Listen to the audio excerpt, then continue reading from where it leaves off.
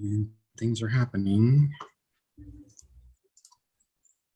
All right, this meeting is being live streamed. Usually from that point, it means we are live.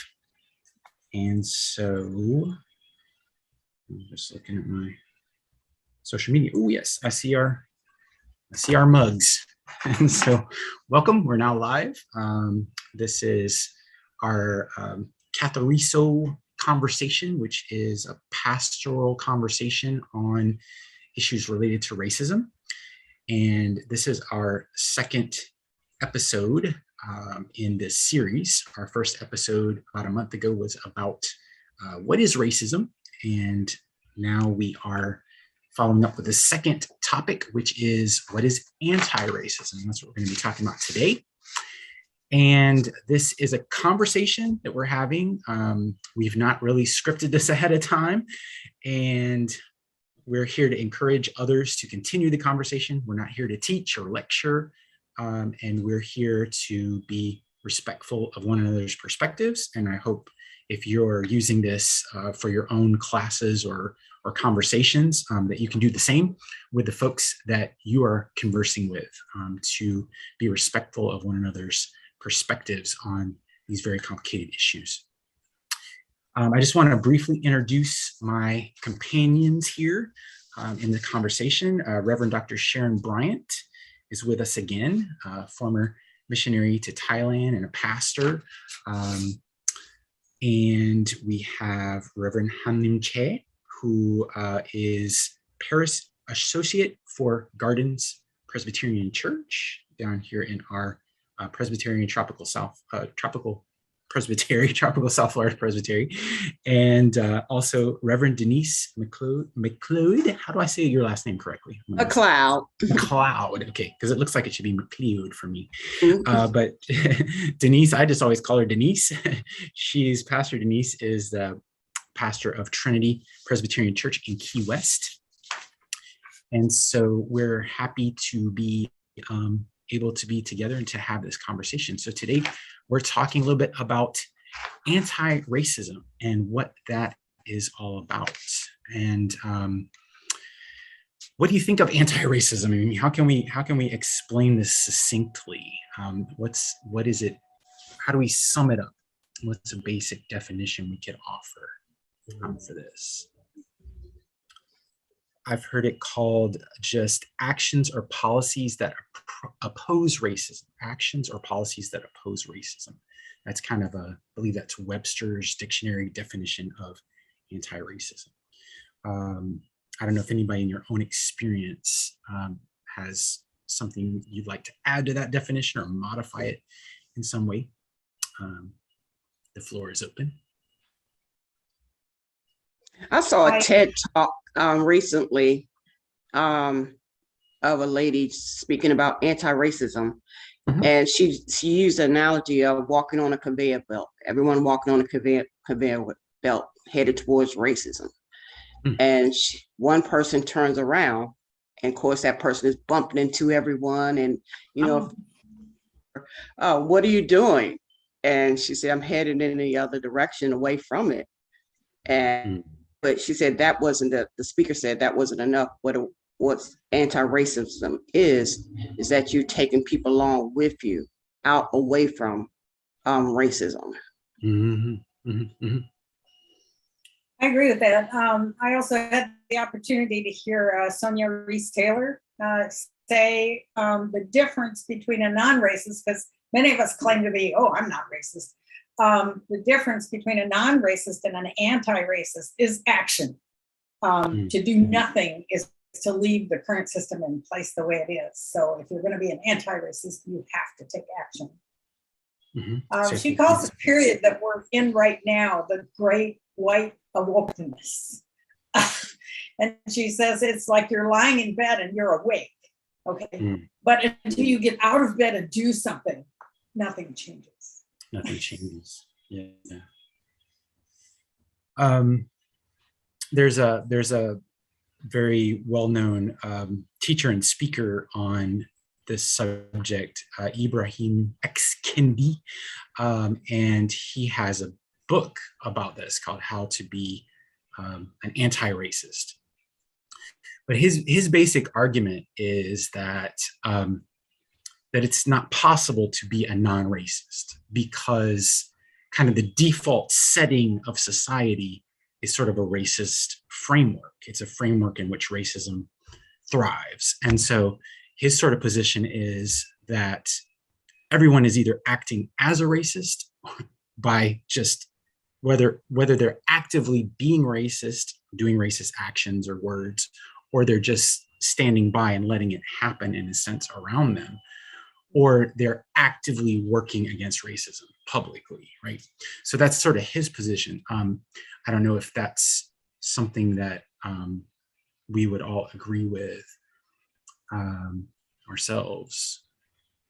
I don't know if anybody has any comments on that thought.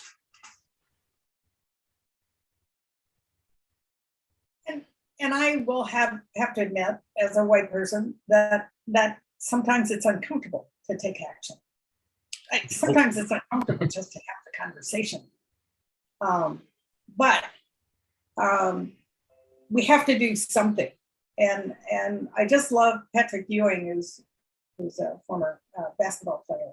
He said, this stuff will never change until people get comfortable having these uncomfortable conversations. And he says it's on both sides. It's not just white people being uncomfortable having these conversations. It's people of color also being uncomfortable having these conversations because he's in an interracial relationship and he has these conversations with his own family. Right. And Sharon, I remember back to our multicultural student fellowship days in the seminary, and how there were some folks of various races that we tried to involve in conversations very similar to this one. And I remember one individual who just basically told, look, this is not my issue, just leave me alone.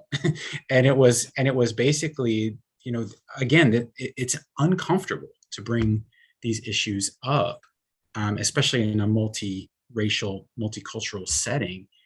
And it requires sort of it requires almost, I think, a re-navigation of relationships. Because like if you're, of course, I can't speak for people of color, but I can just imagine if you're a person of color in a majority white environment and you've figured out a way to navigate that, and then someone comes saying, hey, we got to talk about this racism stuff, that could be possibly very threatening. I mean, just like it is for us to sit in a room full of folks who don't know anything about this stuff and don't want to talk about it, how to bring it out into the open in a way that people can have a conversation about it. I think just being able to talk about it is probably the first step toward taking some kind of action. That's what I would think. To me, like a candid statement is kind of powerful. I never thought about this way. I never thought like I'm a racist, but I'm not an anti-racist as well. So I mean, it is hard to figure out who I am. Right. But it is a little bit contradictory. Like I like Sharon's idea, but like Candy's statement and your idea is kind of contradict, right? So I like your idea, and the Candy's idea also encouraging, like provoke my thoughts. So yeah. Yeah, I think what I don't think he ever said everybody's a racist automatically, but what he was saying was, if this is an environment, like if I'm sitting in an environment right now that encourages racism, that allows it to thrive, and then I do nothing, like if I see racism happening around me in my church, for example, and then as a pastor, I say absolutely nothing about it, then I'm sort of aiding and abetting racism. I'm allowing it to exist. I'm allowing it to thrive in the environment around me. Whereas an anti-racist approach would be to come out and just say publicly, this kind of stuff is not, we don't do that here.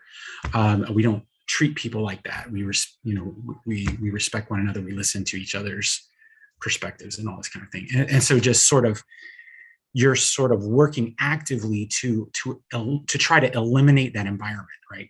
You're trying to sort of say, this is a place where that stuff is not going to happen. We're not going to let it happen here.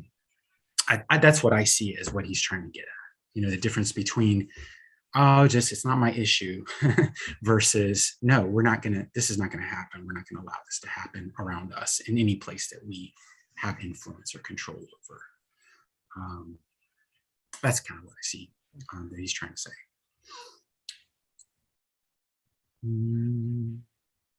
So what are some things like, if you think of churches, right, in a church environment, pastors, elders, ministry leaders, can you think of any kind of like key, what would be like some anti-racial activities or anti-racism activities, not anti-racial, but anti-racism activities that, how could churches, how could church leaders, even church members be actively working against racism? Like, what would it look like?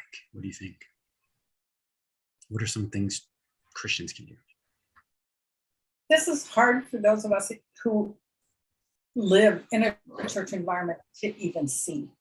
And Sonia Reese Taylor said it best. The example she gave is, if you're a baby and you're lying in your crib and the only language you hear spoken is French, you're going to grow up speaking French.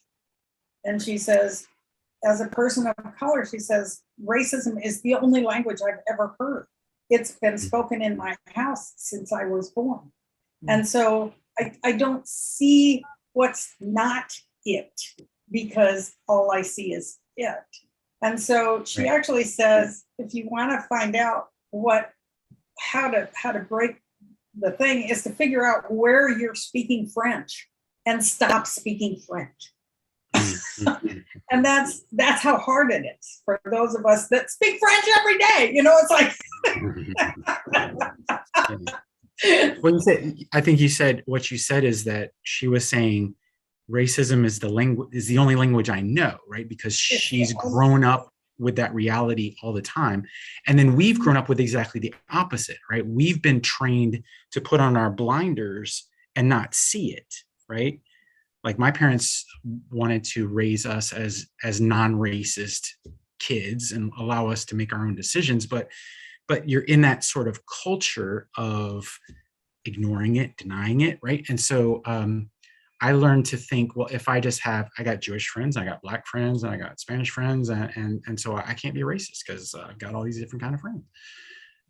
And that's not it. I mean, that's not being anti-racist until you're actively working going against the flow, like Denise was saying, bringing people with you away from that.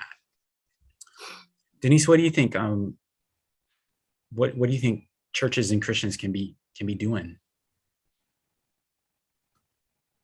Oh, we can't hear you. You went silent. It is I believe it'll be a very hard barrier to break for people to turn around and take others with them. Because of the way that our society has structured us. I'm on this 4-mile island, and we have pretty much 2 of every denomination, or the main denominations.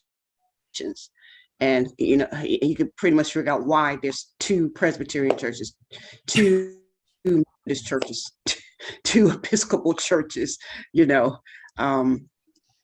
we here sit at a table, organization called Interfaith Ministerial Alliance. And still, when we break out and visit each other's churches, it's the cluster of Black churches together, the cluster. And I assume there's a cluster of white churches that cluster together, visit each other's pulpits. It's the level of it is just, it's America. And how do you turn that around? I mean, small attempts. I had a youth event. I try to call it just about every church in town to invite them out, and it still ended up a African American event. Yeah, and I think that Key West is even. I think the content. I mean, the percentage of the population of Key West that's white is even greater than the average U.S. Sort of. So there may be even some more extreme dynamics going on there. I mean, maybe some people went down there so they wouldn't have to deal with these issues or something along those lines. So who knows? If you go back to the language analogy, it's like inviting people who speak German to sit at the French-speaking table. Mm-hmm. They don't understand. They literally don't understand what's going on. And the same if you invite the French-speaking people to speak at the German-speaking table. It's that concept is really, really hard to get across to people that you're literally not seeing what you need to change. Yeah. However, there's a word of hope, because Sonia Reese Taylor says the most freeing thing that white people can do is to simply say, of course I'm racist. Mm. Mm-hmm. It's the language I know, it's the system I know, it's everything I do. Yeah. Or at least to say, this is something I struggle with just like every other, person in the world, or white person in the world. It's funny because I was doing a series on the Matthew 25 initiative of the PCUSA, and one of those topics is dismantling structural racism. And when I preached about that, at some point in my sermon, I said, racism is something that all of us struggle with as human beings. And someone heard me say, we're all racist, but that's not what I said. And it's so fun. Just like you say, the language, it's like we're not able to hear the language of this issue at all. And so I guess what we need is translators, it sounds like. I mean, if one group of people speak in German and one group of people speak in French, we need translators who can stand in the middle and sort of help each group understand the other group to some extent. Maybe that's what we need to do, is kind of develop sort of ministries of translation between racism and anti-racism, or between situations where racism is ignored or facilitated versus situations where racism is absolutely not allowed, and the mechanisms and the kind of culture is there to prevent it from taking root. Not an easy nut to crack, I would say. And just, Denise, just like what you were saying, I mean, if it's like kind of all you can do is invite, right? I mean, in some cases, you can only invite others to be in the dialogue and in the process. And if they refuse, they refuse, right? I mean, there's nothing, you can't force them to come, you can't force them to listen, you can't force them to talk. But we got to figure out a way. I think we have to figure out a way to get those channels open and keep those channels open, so that people feel there is an invitation, right? There is a desire to want to cross those lines and to overcome those barriers. Unfortunately, Dr. King said all those years ago that 10 a.m. Sunday morning or 11 a.m. Sunday morning is the most segregated hour of the week. And unfortunately, it still continues to be the case in a lot of places. Very true, because it's not just the way we speak, it's worship styles, it's a lot of cultural stuff as well that doesn't translate, that needs to be translated. Yeah. Now I'm serving white church, Caucasian, like a 90% Caucasian, and 2 Black family, only 2 Asian families. So, but like when I joined this church, I mean, I was kind of hesitating, because I'm not the part of them. But like once I jumped in, then I loved them, and we all become like a family. It is important. Just being together and know each other is really critical way to stop the racism. Honestly, I don't know the detail of like Black community's pain. Like I know Martin Luther King, but like I didn't know he's suffering and he struggled a lot in the jail in Birmingham. I didn't know that, so I learned. I have a chance to learn about it, and I just kind of feel I can understand their feeling, and now I see that many Asian hate crime happen, but like most of kind of violence, I think, because of is coming from misunderstanding or like a lack of knowledge. So I mean, it is really necessary to know each other, other community, other culture. Yeah, not I'm just serving when I serve in just Korean church. I didn't know any other ethnicity like church or culture, but now I just opened my eyes a little bit, and I need to reach out to other culture and other group of people to listen to them. This is so important. So I like to encourage my congregation to know them more. Yeah. Denise, were you going to say something? No, I'll pass on that one. Okay, I thought you were about to say something. I mean, it would seem to me that maybe one of the things we need to do as pastors, as ministry leaders, is to try to prepare that sort of environment within our churches where everyone can feel welcome, from different races and language backgrounds.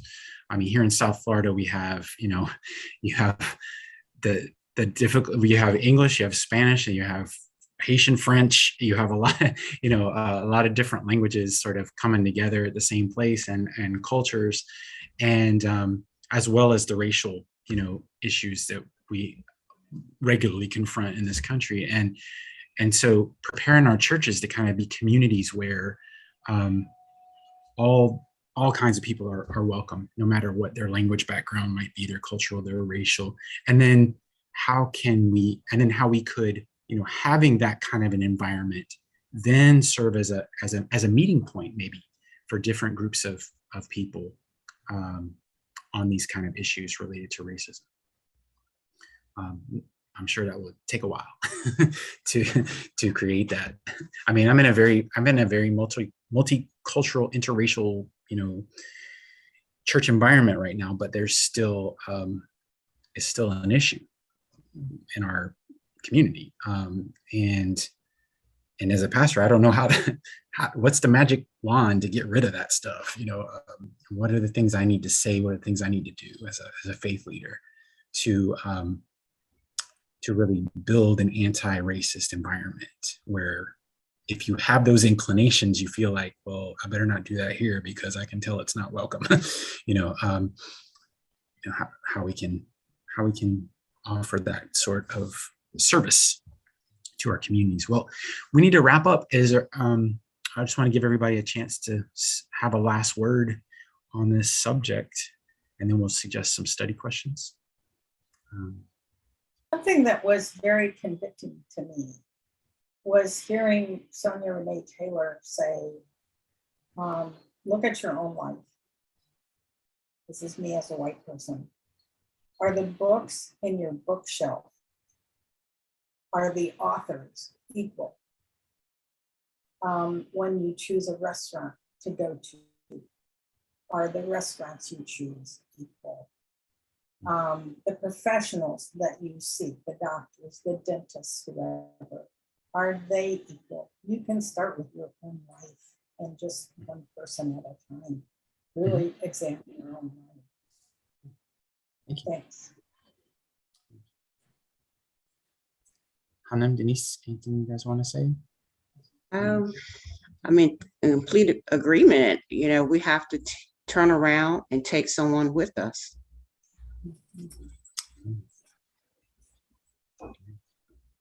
I like to take this word like Candy statement with me.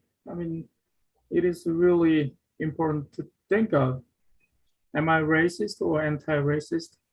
But like I'm not really racist, but like somehow I just keep silent so many times because of fear of like a violence or any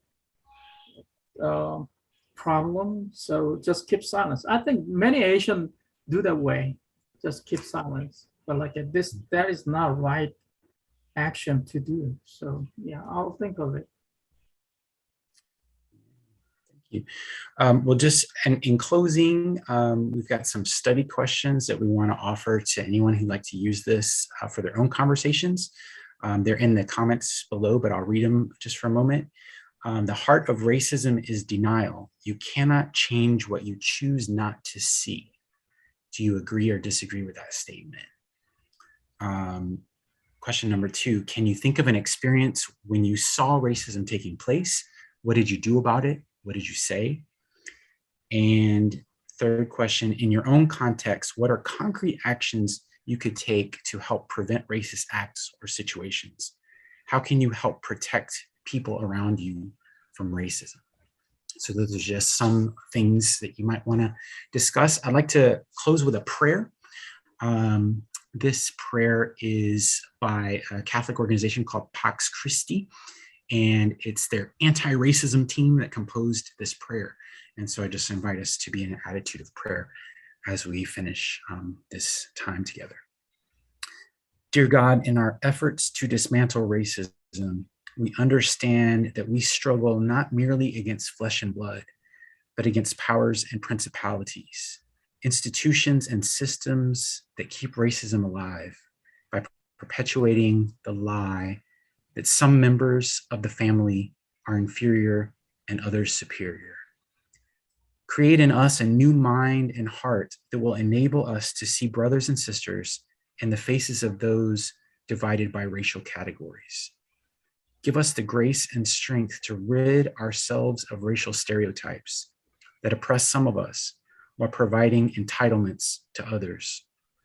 Help us to create a church and a nation that embraces the hopes and fears of oppressed people of color where we live, as well as those around the world.